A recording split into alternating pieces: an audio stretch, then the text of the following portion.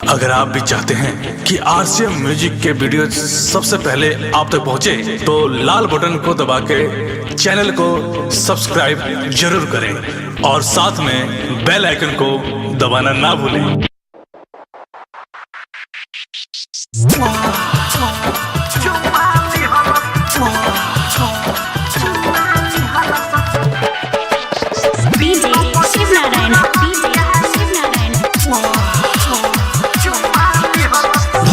जिया दवा आइले यादवा मिले मातलियन हदिया में हो मिले मातलियन हदिया में सखी मिले मातलियन हदिया में पुल्हावत चुमाली हलस 3 बजे भोडा हदिया में पुल्हावत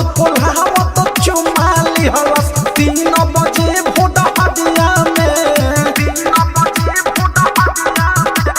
माई बाबू के सुता के ओइनी किली लगा के केवड़िया में और किली लगा के केवड़िया में सखी किली लगा के केवड़िया में तबु न मन जाए दिहल 3 बजे भोर हरिया में पुल्हावत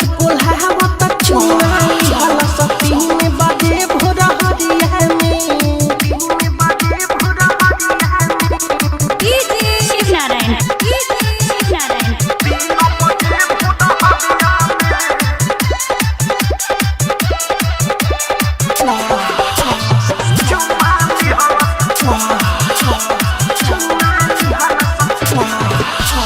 गमछी बिछाइलस ऊपर बैठाइलस हाथ घुसाइलस पचदिया में हो हाथ घुसाइलस पचदिया में सखी हाथ घुसाइलस पचदिया में पुल्हावत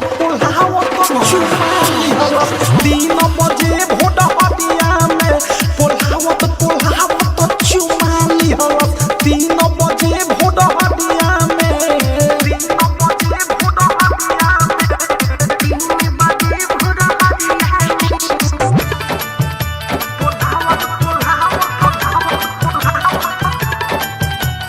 diamond recording studio DJ Shiv Narayan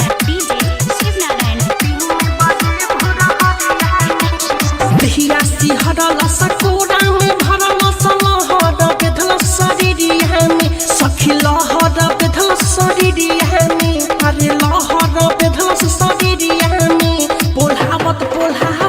चुमाली हलस 3 बजे भोर हदिया में पुल्हावत चुमाली हलस 3 बजे भोर हदिया में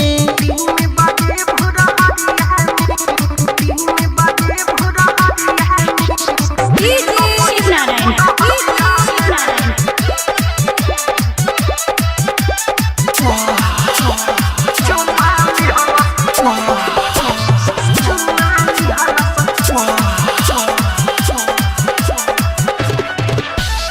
अवधे सब प्रेमी मुँह मारल चाहे बिकी विशाल थदिया में आदे सुनो हो अनुराग थदिया में आदे सुनो मुकेश जी थदिया में पुल्हावत चुमाली हलस 3 बजे भोड हदिया में पुल्हा के मुंगना चुमाली हलस 3 बजे भोड हदिया में रे 3 बजे भोड हदिया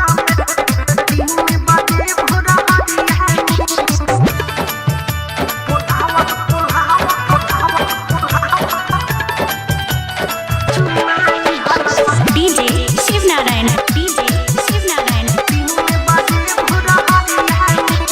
मिठू हो लागल धारा हाई कोइनी कुत्ता जे बोललस दो गड़िया में अरे कुत्ता जे बोललस दो गड़िया में सखी कुत्ता जे बोललस दो गड़िया में पुल्हावत चुमाली हलस 3 बजे भोर हदिया में पुल्हावत चुमाली हलस 3 बजे भोर हदिया में